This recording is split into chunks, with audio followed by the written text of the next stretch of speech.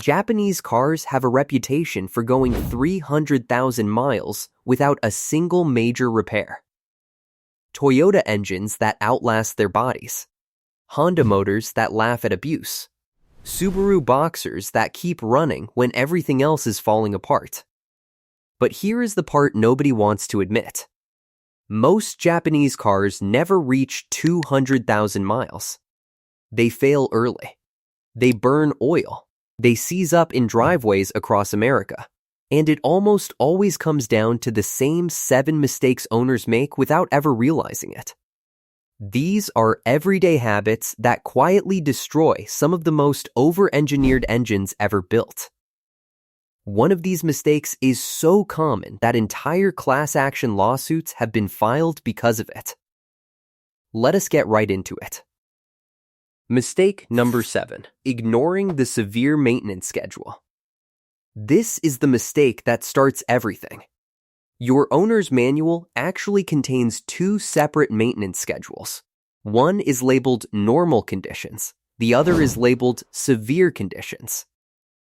Almost every Japanese car owner in America follows the normal schedule.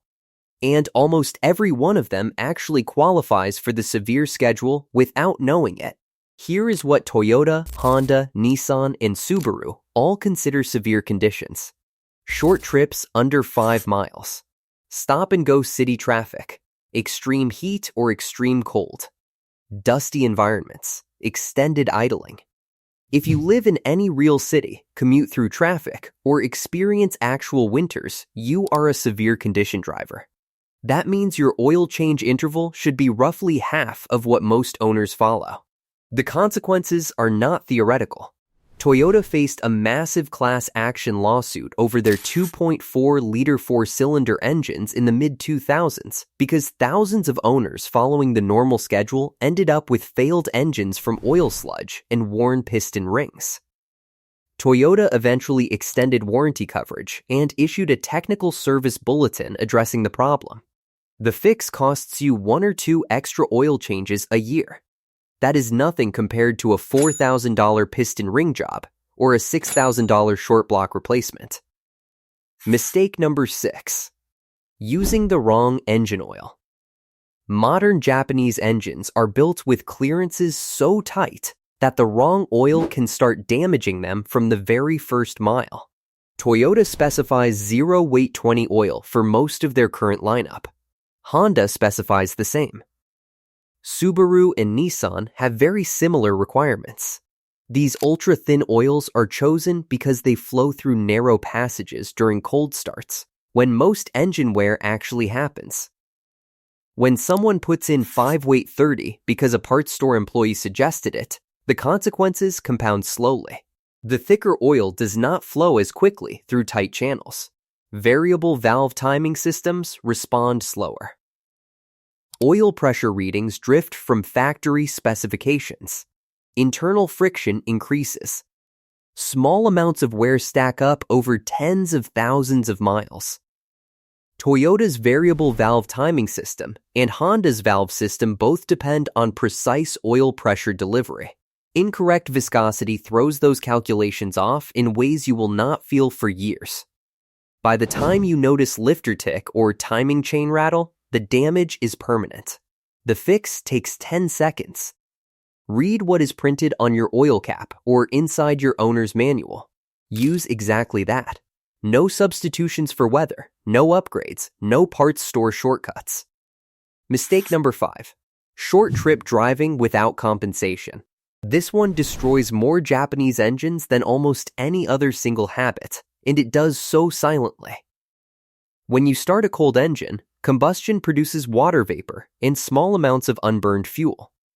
Under normal operation, the engine reaches full temperature, and those contaminants burn off and vent out through the ventilation system. But on trips under 10 miles, the engine never reaches full operating temperature. Moisture and fuel stay trapped in the oil. This is exactly what caused the widespread oil dilution problem on Honda's 1.5-liter turbocharged engine. Owners of Honda Civics, CR-Vs, and Accords from roughly 2017 through 2022 reported oil levels rising instead of dropping. A class action lawsuit was filed, and Honda eventually acknowledged that the engine's highly efficient cooling system caused it to warm up so slowly that fuel could not evaporate out of the oil in short trip conditions. This is not just a Honda problem. Every direct injected engine, which includes most modern Japanese engines, is vulnerable to some degree. Short trip driving multiplied by years of ownership equals degraded oil, contaminated bearings, and accelerated wear. The fix is simple. If your daily driving is mostly short trips, take one longer highway drive each week. 30 minutes at highway speed brings the engine to full operating temperature and burns off accumulated moisture and fuel. Mistake number 4. Ignoring the 10,000-mile oil change interval trap. This one catches responsible owners off guard, which is what makes it so dangerous. Many modern Japanese vehicles advertise 10,000-mile oil change intervals with full synthetic oil. Toyota, Honda, and others have pushed these longer intervals for years. The problem is that these intervals assume perfect conditions and healthy engines. Toyota's 2.5-liter four-cylinder engine, known as the 2A.RFE, is a real-world example. It was used in millions of Camrys, RAV4s, and Highlanders from roughly 2010 through 2017. The engine uses low-tension piston rings designed for fuel economy. When owners followed the 10,000-mile interval, oil would break down in the upper cylinder area, coke up, and cause the piston rings to stick in their grooves. Once stuck, they could no longer scrape oil properly, and the engine would start consuming significant amounts of oil. Owners who changed oil every 5,000 miles rarely had this problem.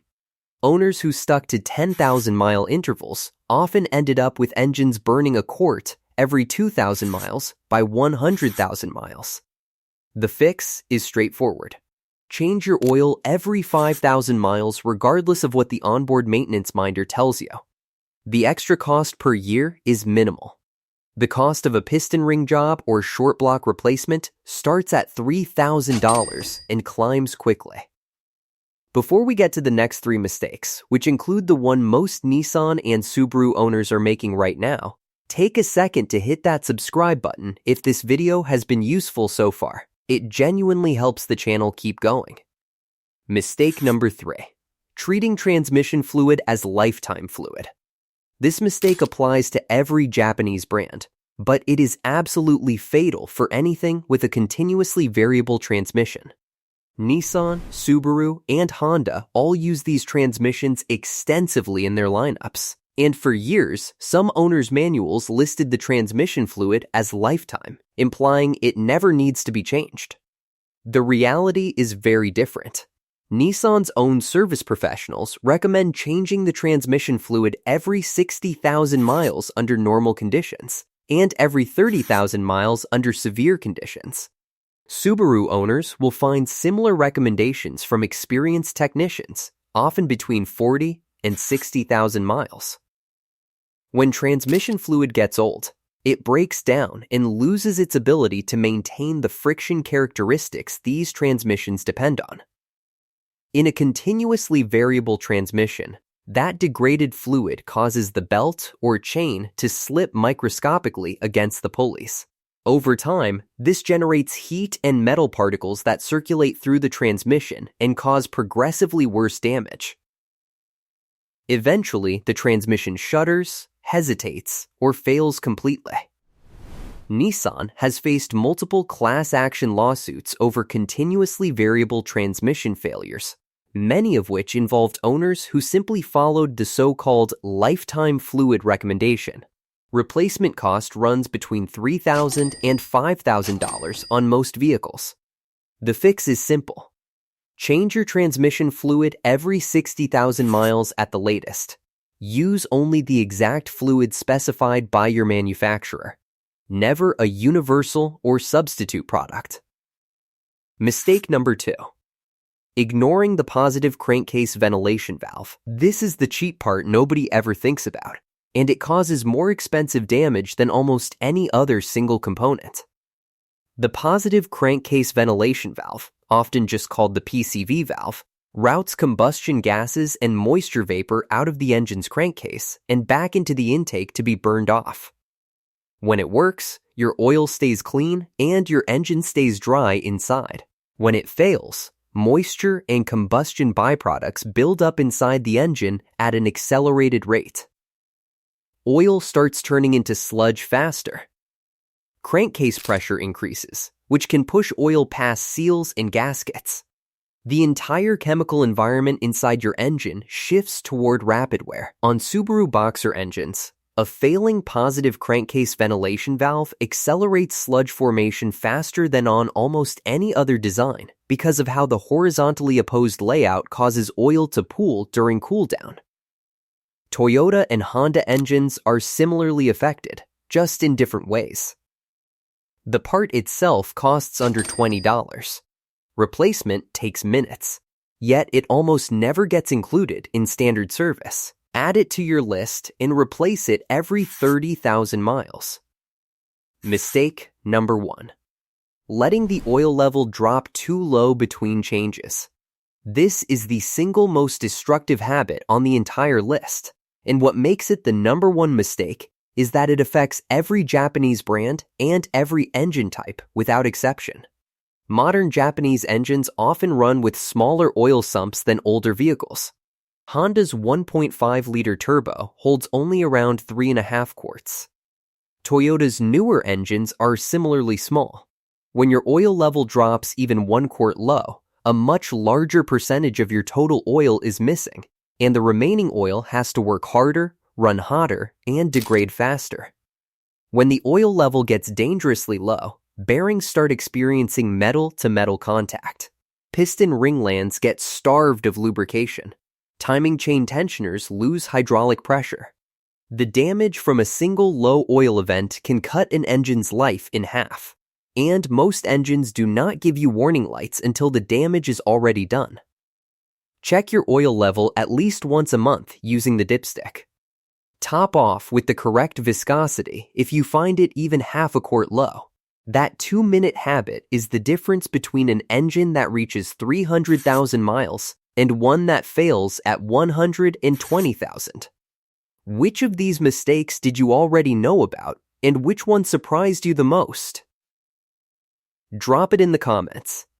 If this video helped you protect your engine, hit that like button and subscribe. We have more content coming that could save your vehicle from expensive repairs. Click the video on screen right now and keep learning.